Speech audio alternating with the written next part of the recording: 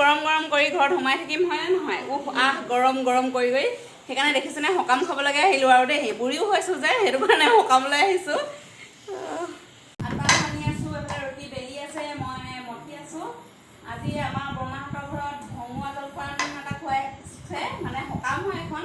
আপোনালোকৰ ফালে পাতেনে নাপাতে নাজানো বাৰু, আমাৰ এইফালে পতা হয়। এই সকামখন মানে আগবঢ়াই খোৱা হয়, আগবঢ়াই লৈ কৰা হয়। এইফালে আমাৰ মাইনাবোৰে চাই আছে,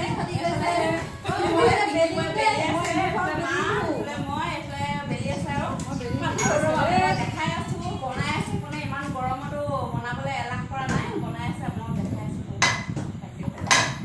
আমাৰ পচন্দ পেহাই ইমান গৰমতো বনাই আছে পুৰি। কেনেকুৱা লাগিছে কৈ দিয়ক বনাই? গৰমত মজা লাগিছে। চবেই মজাই পায় নিজে কৰা কামটো, মানে যিটো কাম কৰি ভাল পায়, লাগিলে যিমানে গৰম নহওক ভালে পাই কৰি এইফালে বনাই আছে। এইফালে ককা আৰু বৰ্তাহঁতে সকামৰ আৰম্ভ কৰিছে। মাইনাবোৰ বেলিছে নাই ভাং খালে? এই কামখন কৰা হয় ভাং দি, আৰু যিকেইজন ভকত মতা হয় সকামলৈ সেই ভকতকেইজন ভঙুৱা হয়। আচলতে ভাং খায় শিৱৰ কাৰণে, শিৱ বাবাৰ কাৰণে আগবঢ়াই থোৱা হয়, সেইটো কাৰণে ভঙুৱা জলপান বুলি কোৱা হয়। আৰু যিকেইজন ভকত মতা হয় সেই ভকতকেইজনে ভাং খাই সকামখন সমাপ্ত কৰে।